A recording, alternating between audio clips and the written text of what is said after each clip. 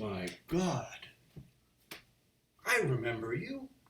Were you? Hey, did I see you last week? No? Oh, you're a new person in my life. I don't know what to say. Now, hold on a minute. You're here for a beer. That's not the thing you would like to hear, is it? You don't want to hear the man at the pub saying, "Who are you? What are you here for?" Well, I know what you're here for, and that is to, well, let me get this for you. Would you like one of these? Should I describe it to you? Well, let me back up a little bit. This is the Jefferson Avenue Waystation, and I'm the guy behind the board, behind the nozzle, behind the pump, and I'm here to give you what you need, and that's that right there. See, in this bowling pin like dispenser is a liquid. I would say like unto the lifeblood of a human being. It's all it does is it carry oxygen to the parts of the body that crave it. Now, that's not true. The active ingredient in this is actually methyl. No, not methyl alcohol. Ethyl alcohol. Ethanol, yes, it is ethanol. Pure fuel grade ethanol. 10% alcohol by volume. Mac Adams beer, Imperial Stout, aged. Well, it says 500 years, but just between you and me, beer cannot last more than 5 years in the bottle, and perhaps not even that long. I don't think. Matter of fact, I had a beer open for an hour one time, and I went to drink it, and it wasn't as good as if it were fresh out of the fridge. Though I don't think any significant chemical action took place inside of it. Now, do you want a beer? A lot of people come in here and they seem like they would like a drink, but it's always a Mai Tai or a Sex Beach or something like that. Sometimes people just need water or to use the bathroom. They say it's 4 o'clock. What sort of custom are you awaiting? And I say I am expecting the custom of human kindness in the form of $10 per 10 ounces. $1 per ounce is a sign that I should put right here next to this. Let's say that's a Ruben painting of Jupiter eating his son because he was afraid that he would overthrow him. Oh, and who's to say that his son would not overthrow him? The sad thing is this son was never old enough to have a name. No, he died by being consumed by his father before... Hold on now.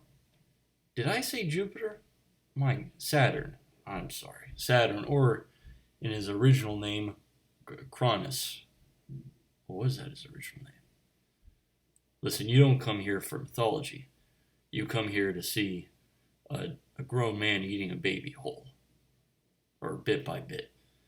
You see, most people don't know about the Ruben painting. That's not the exciting one. That's not the grim one. That's what people think is the Francisco Goya one, where it looks like he's eating a human-shaped hot dog, and very excited about it. I think that was just I think that wasn't, a tragic painting. I think it was a awkwardly, unfortunately timed photograph. Very grainy. I think that was just someone, eating a whole cooked pig, and the lighting and perspective looked like a human being. But this right here, the Ruben one, unmistakable. He's tearing at the flesh of that baby, and that baby is still alive. Why did he have to eat the baby alive? Why couldn't he Why couldn't he just, like a gentleman, throw the baby? Or you don't have to try so hard to murder a baby.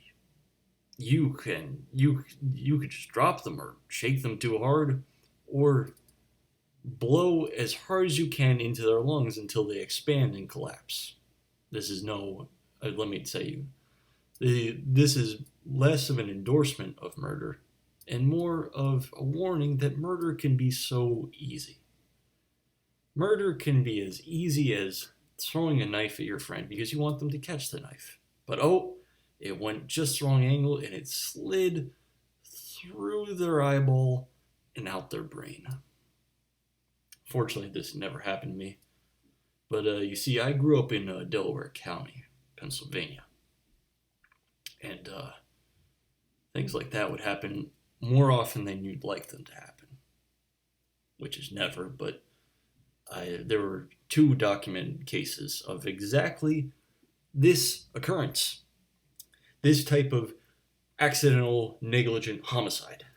And they will not forgive you if you're 15 years old and if your friend is 5 years old. No. They won't see it as childish folly. They will see it as full-fledged murder. You can't prove the angle at which you threw that knife. If you were throwing an underhand, no one would think that you're murdering the child. They think you're just an idiot. Throwing a knife at all. You shouldn't throw a knife unless you are an expert at it. Unless you are a shinobi with a kunai, attacking children that are fleeing a burning village. No one will blame you for that. You're just following orders, right? Yeah, you're just following orders that the shogun gave to you in a discreet way with a scroll through an open window. I speak from experience here because I am 700 years old. No. Matter of fact, I don't think I would have to be that old to have done something like that in my life. I would just have to be a little bit more Japanese than I currently am, which is 0%. Now I am nationality-wise, I think I'm 5% Mongolian. And I've said some things about Mongolians in the past, but I shouldn't have because their blood flows through my veins. I have the blood of conquerors and rapists and murderers in my flowing through my ventricles, pumping through my ventricles, and I don't think it influences my behavior at all. No, if I've killed anybody, it was tangentially through the. Oh, now what is that? What is that term? I was enabling their alcoholic problems. Yes, I was allowing for their cells to be deconstructed bit by bit, and I didn't delight in it. But I saw their happy faces when I put the glass down, like this. Here, let me. There we are. Ooh, now look at that. You see that tiny mark in this glass? I ordered these glasses, with the JAW right there, jaw.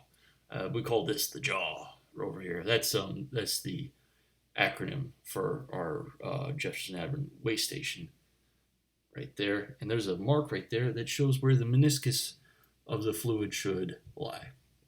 Now, you can drink that now at any table and in any part of this pub, or you can wait a little bit.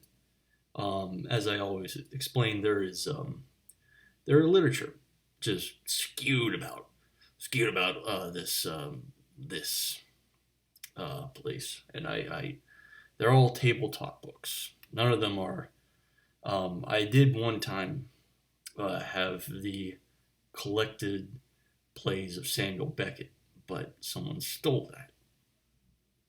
Teenagers nowadays, they love tragic, depressing Irish playwrights from the earlier century. I didn't as much. I thought it was a bad idea. And you know what? They can have it. They can destroy themselves. They can do the end game and wait for Godot all they want. They can Molly Malone all day long. And I won't mind. I won't mind. I'm 37 years old. See, I remembered this time. I remembered how old I was. You see, I'm a different age every day because I'm a different man every day. Today I'm Daniel McAdam. Yesterday I was JoJo McAdam. The day before that, J Jam McAdam. All down the line, and that is the progression of my line. That is my ancestry. Because every day is a little life. I'm going to die tonight. Tonight I'll die, and I'm going to face that annihilation, because I'll be tired at that point. I'll face it head on, but I will be so sleepy that I won't mind, or I will mind. I won't be able to stop thinking. They say falling asleep because you're falling off a cliff to your death, in a way. Because when you hit the point of unconsciousness, it's like your head is hitting a sharp rock and your brain is fracturing along with all the bones in your body.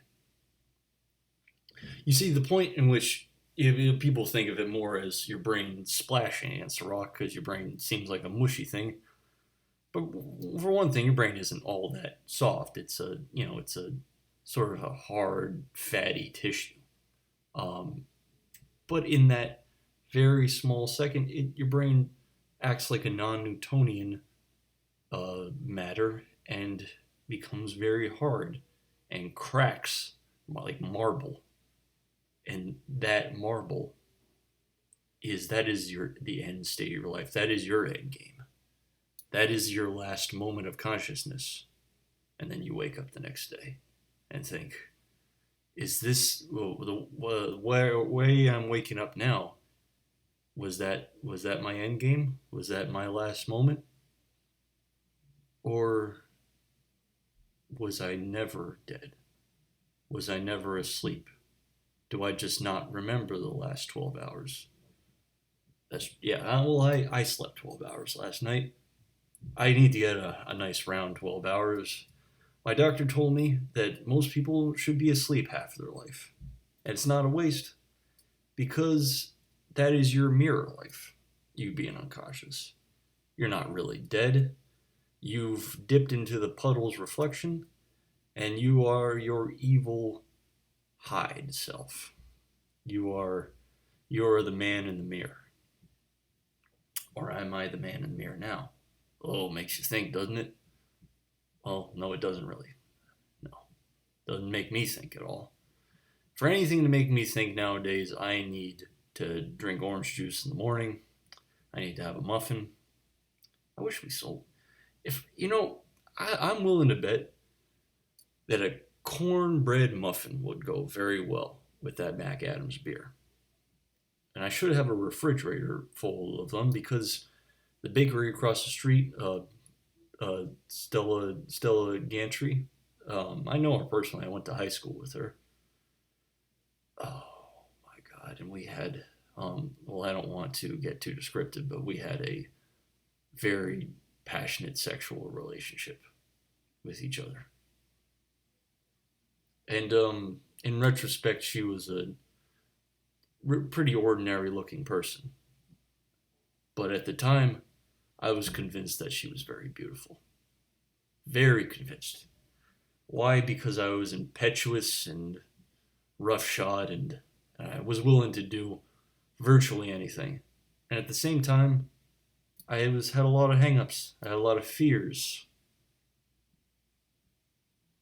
One of the hang-ups was that maybe I was deluded in my thinking about this girl. Maybe she wasn't as beautiful as I thought, and I was being robbed of some precious moment, some ideal, And I was lucky enough to think that it wasn't her fault. It wasn't my fault. Well, maybe it was my fault a little bit, but it wasn't anybody's fault. We were just two ordinary people, and there was no loss in what we did. There was not really a whole lot of gain. Maybe there were some things to be learned, but there was no loss. It was wonderful at the time, and I do have wonderful memories about it. But there are some men out there. You can hear them right now. They're putting their saws to their wood. They're grinding their axes, and they are convinced that women are against them. Now, it is true that every man on earth and every woman on earth are politically polar like aligned against each other. Every war, every horrifying tension can be traced back to the man versus woman uh, acrimony. Matter of fact, I think that's what the Cold War was. Uh, one of the blocks, whether it be the West or the East, was entirely women, and the other one was entirely male.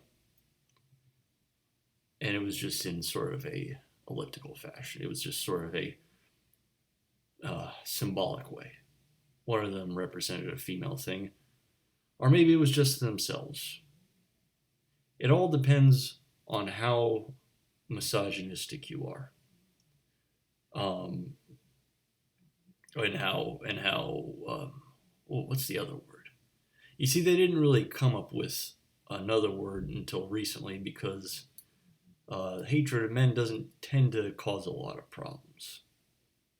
Reason being is because men have shorn up themselves quite a bit to prevent well, they see it as the apocalyptic scenario of women having a little bit more power for themselves.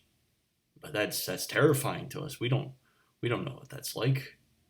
If that was the case, I mean, it'd be nice, but we don't know. I mean, you could be relatively sure that nothing bad would happen. Now, I am coming very close to saying something horrible, and I don't know what it's going to be. So I will just look at you for a little bit, like my parents did. My parents used to look at me while I was eating food, and they said that they would take pleasure in that. They would take pleasure in watching me eat, and I was very uncomfortable about this. It was one of my first forays, one of my first um, tastes of understanding why it is so wrong to be a voyeur, why it is so wrong to stare at somebody without their leave. And yet it didn't stop me at a young age. I would gaze on with all the impetuousness and cruelty and evil of a teenage person, a teenage male specifically. And I didn't learn until an older age how wrong this was, how much of a violation, how helpless it makes a person, no matter who you are. And I think that someday that will be the new type of warfare, is we will just watch. We will just watch them and scrutinize every behavior, and that someday that will be the primary war of attrition, is scrutiny, as I will do, and you will, and I will look at you now as you drink, and many customers until now have attempted to leave without paying, but you will not. You will pay for your drink because this is a service. $10, please, right now, if you don't mind. Ah, thank you. Yes. Was I being aggressive right there? I apologize. Sometimes aggressive behavior is it's a natural part of my soul. It's my being is a naturally aggressive thing because it is not aware of other parts of consciousness. I can see you, I can see a vessel that might contain a soul, but I don't see your soul. Maybe because I'm not looking at your eyes. I'm afraid to look at people's eyes because I might see their soul. A soul is a terrifying thing. Now, if you have ever played a video game before, if you've ever played that one where you're a knight and you suck out people's spirits after you kill them, the name of it escapes me. You know that a soul resembles a black void surrounded by a harsh white rim light. And that is true. That is what the artists call a drawing from life. Because everyone's seen it. We've all looked down the pit. First time I've ever looked at someone's eyes was Stella Gantry. I looked at her eyes from across the biology lab at our high school as she was mixing that nitrate, and I thought maybe someday. And I didn't complete that thought because as I thought it, it seemed ominous to me. I was really, in truth, I was thinking something somewhat wholesome, somewhat innocent. To someone who could have perceived my thought, they would have thought that is a normal thought for a child. There's nothing aggressive. There's nothing mean about it. But it felt aggressive. It felt mean, and that's why I fled from her as a being. I fled from myself.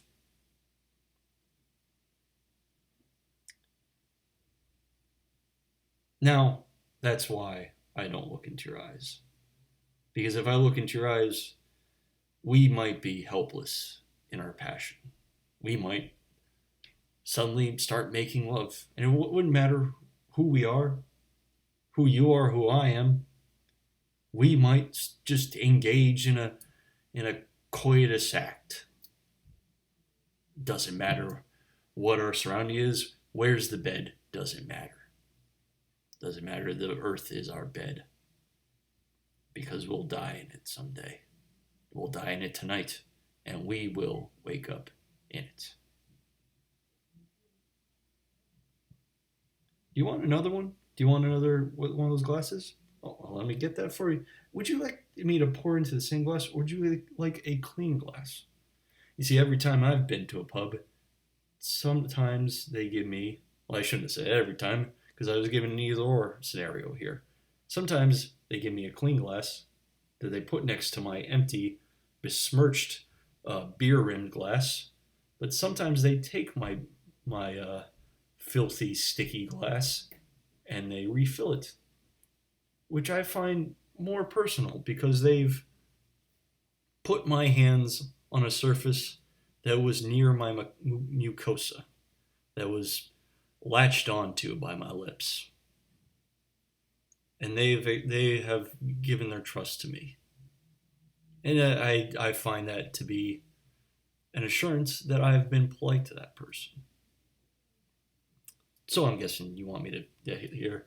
Let me get underneath this bar. Ow! Excuse me. All right. I haven't done that in 7 hours. I haven't been on this side of the bar in 7 hours. Let me take that from you. All right. Okay. Now I have to get back into the bar. Ow. You know, I should have a door. I should be able to lift this so I could get underneath. There we are. Oh. Now, I didn't realize I was going to have to make this trip twice. So would you mind, you know what, I should never ask a customer that. Here, let me, I was going to carry this glass underneath the bar, which would have been risky. Let me just put that glass right there. Ooh, that was a little smoother this time. If I do that again, I might tear a ligament. Now, there you go. Enjoy. $20, please? Or you know what, I'll just, why don't you, when you're done, just Did I say $20? Like I'm overcharging people now. I'm sorry, $10. And a tip would be appreciated because you see, I am part of the service industry, and people in the service industry demand tips because this world is hard. Now I have to get back to my station, otherwise I'll feel disconnected. That is my charging station, if you don't mind. So let me just okay, let me just get out of the. Oh, okay. That hasn't happened in a while. Oh, oh my God! How did that happen? Oh, shoot! Oh, is it bad? Does that look bad? Oh, that is split right open, isn't it? Ow! Ow! Ow! Ow! I hope this doesn't put you off your appetite. Oh, that is right. That is right from the tip of the finger to my palm, isn't it? Oh my! Oh, it's dripping. It's dripping a lot. Oh, do you have a Kleenex or a handkerchief? Oh, oh! I didn't think that would hurt so much. Ooh, ow, ouchie. Oh my! Yeah, let me just hold on to this, and I'll just try to. I'll. If I hold it like this, maybe the bleeding will stop after a while. Ooh. I should have a sink on this side of the pub, but unfortunately, I'd have to get up and underneath that counter again, and then go around the back and use the sink that's in the alleyway, which probably wouldn't be sanitary. You know what I could do? Oof, I don't know if I want to do that though.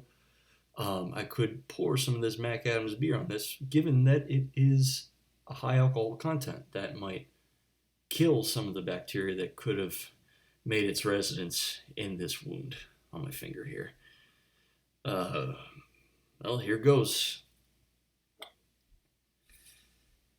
Oh yeah. Oh, that smarts.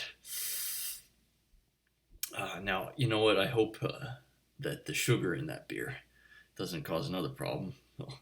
Now my finger is covered in both blood and a thin, uh, film of beer, and I think this might be the most embarrassed I was since that aforementioned biology lab in high school. uh, I just it would be just the icing on the cake if Sarah, I almost say Sarah Gantry. My God, I almost forgot her name in my pain. But if Stella Gantry came to the store expecting a beer, and she saw the blood smeared on the tap. She saw these glasses that fell down. I still don't know what cut my finger. I'm looking down there. I don't see a jagged piece of metal or anything, or broken glass or some plywood.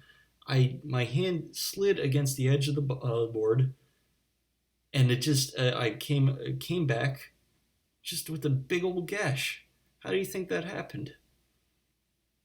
You know what? You don't have to. That's that glass is on me. That one is because this is not. I like to think that there's an ideal experience in the Jefferson Avenue Waystation. There is an atmosphere of serenity, and when the pub man falls down and cuts his whole hand open for seemingly no reason, that might be a detriment to the atmosphere I'm trying to cultivate. Actually, another reason that I'm not going to charge you for that is because I cannot allow you to drink anymore because this is a public health hazard. Um, I mean, maybe just quickly down that real quick before the health inspector walks by. Yeah, there you go. And I'm going to have to ask you to leave. Um, One, because I'm going to need to lock this place up and cower in the corner in fear for my mortal, fragile body and my eventual death through whatever way it may happen, and also because I'm going to need to maybe change the health rating of this place. This is a bad ending, my friend. Or is it? Eventually, my finger will get better. Eventually, if I go to the doctor, if I put actual, actual disinfectant on this, it won't shake out so bad. And maybe you'll come back someday, and maybe I won't grievously injure myself. And no one will, in fact. No one will the whole entire day. Well, I'm sorry this had to end this way. But though it was a bad ending, it was a lovely time I had with you. We almost had sex. Do you remember that?